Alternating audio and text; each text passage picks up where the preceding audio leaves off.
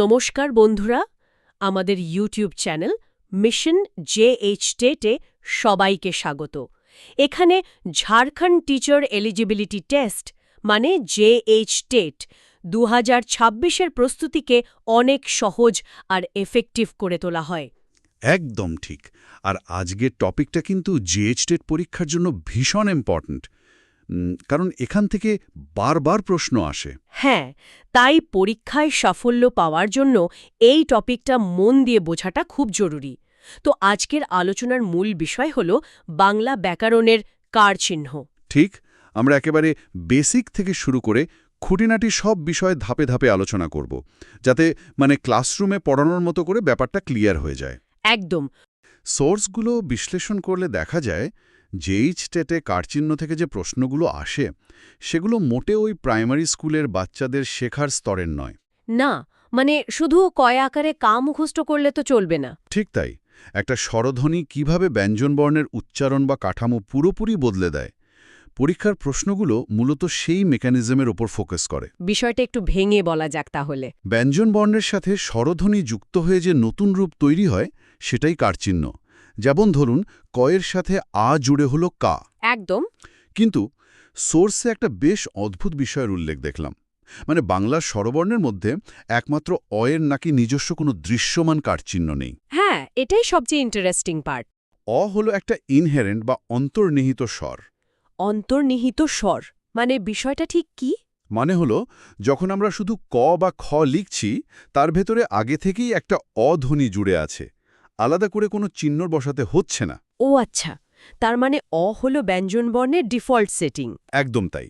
বাকি 10টি স্বরধ্বনির জন্য দৃশ্যমান কারচিহ্ন আছে, কারণ তারা ওই ডিফল্ট অকে সরিয়ে নিজেদের জায়গা করে নেয়। বুঝতে পারলাম, কিন্তু এখানে আমার একটা কাঠামোগত খটকা লাগছে। কিরকম?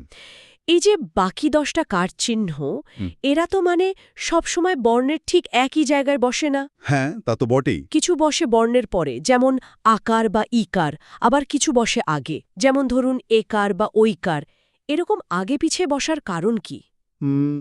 এর মূল কারণ হলো লিপির নান্দনিকতা আর ঐতিহাসিক বিবর্তন। বর্ণগুলোকে লেখার সময় যাতে একটা নির্দিষ্ট মাত্রার মধ্যে সুন্দরভাবে সাজানো যায় আর দ্রুত লেখা যায়, তাই এই আগে পিছে বা নিচে বসার নিয়ম। আচ্ছা। আর মজার ব্যাপার হলো, এই অবস্থানের ব্যতিক্রমী নিয়মগুলো থেকেই কিন্তু জিএইচটেটে প্রচুর এমসিকিউ আসে। তবে এই ডিফল্ট অধ্বনি নিয়ে আরেকটা বড় প্রশ্ন ওঠে। আমি বুঝতে পারছি আপনি কোন দিকে যাচ্ছেন। যদি প্রতিটি ব্যঞ্জনবর্ণের সাথেই অ জুড়ে থাকে, আর আমি যদি চাই কোনো বর্ণের শেষে সেই অটা উচ্চারিত না হোক, হ্যাঁ, তখন কি করব? সেখানে তো কোনো কারচিহ্নই কাজ করবে না। ঠিক ওই জায়গাটাতেই হসন্তর প্রবেশ। আচ্ছা। কারচিহ্ন যেখানে ব্যঞ্জনবর্ণের নতুন স্বরধ্বনি যুক্ত করে, হসন্ত সেখানে ওই অন্তর্নিহিত অধ্বনিটাকে পুরোপুরি লোপ করে দেয়, বর্ণটাকে সম্পূর্ণ স্বরহীন করে ফেলে। তার হসন্তকে আমরা একটা ভয়েস রেকর্ডারের মিউট বোতাম বলতে পারি, তাই না? একবার চেপে দিলে ওই ডিফল্ট সাউন্ডটা মিউট হয়ে যাচ্ছে। হ্যাঁ, দারুণ একটা অ্যানালজি দিয়েছেন। আর এই মিউট বোতাম আর কারচিহ্নের মেকানিজমটা ঠিকমতো না বুঝলে বানানে মারাত্মক বিভ্রাট তৈরি হয়। হ্যাঁ, পরীক্ষার হলেও নিশ্চয়ই এর প্রভাব পড়ে। সোর্সগুলোতে এর কিছু উদাহরণ দেয়া আছে, যেমন ধরুন মুখ এবং মুখ। পরীক্ষার্থীরা হয়তো তাড়াহুড়োয় খেয়ালই করল না হ্রস্ব উকার আছে নাকি দীর্ঘ উকার। শুধু তাই নয়, কলম আর কালমের মতো শব্দগুলোও অপশনে দেয়া থাকে।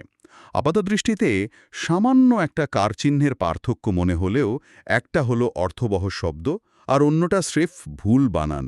একদম। পরীক্ষায় কিন্তু সরাসরি কারচিহ্নের সংজ্ঞা খুব একটা আসে না, বরং এই ধরনের বানান নির্বাচন, হসন্তের সাথে কারচিহ্নের সংঘাত আর সঠিক অবস্থানের নিয়মগুলো থেকেই ট্রিকি প্রশ্নগুলো তৈরি হয়। তার কারচিহ্ন শুধু কিছু নিয়মের তালিকা নয়, এটা হলো বাংলা শব্দের উচ্চারণ, অর্থ আর কাঠামোর মূল ইঞ্জিন। ঠিক বলেছেন। একজন শিক্ষক হিসেবে এই ইঞ্জিন কিভাবে কাজ করে সেটা নিখুঁতভাবে না জানলে শিক্ষার্থীদের বর্ণমালার শক্ত ভিত্তি গড়ে দেওয়া তো প্রায় অসম্ভব। আর সে কারণেই সোর্সগুলো আমাদের বারবার মনে করিয়ে দেয় যে ভাষার এই বেসিক টুলসগুলোর পেছনের কেন এবং কিভাবে জানাটা পরীক্ষার জন্য কতটা জরুরি। একদম তাই। পুরো আলোচনা থেকে শেষে একটা অদ্ভুত চিন্তার খোরাক পাওয়া গেল। সেটা কি? এই যে আমরা দেখলাম অধ্বনির কোনো দৃশ্যমান কারচিহ্ন নেই, তাও আমাদের পড়তে কোনো অসুবিধে হয় না। কিন্তু ভেবে দেখুন তো, যদি বাংলা ভাষায় কোনো স্বরধ্বনির জন্যই দৃশ্যমান কারচিহ্ন না থাকতো। উফ, সাংঘাতিক ব্যাপার হতো সেটা। হ্যাঁ, ধরুন শুধু ব্যঞ্জনবর্ণগুলো লেখা আছে, আর বাক্যের কনটেক্সট বুঝে আমাদের স্বরধ্বনিগুলো আন্দাজ করে নিতে হচ্ছে।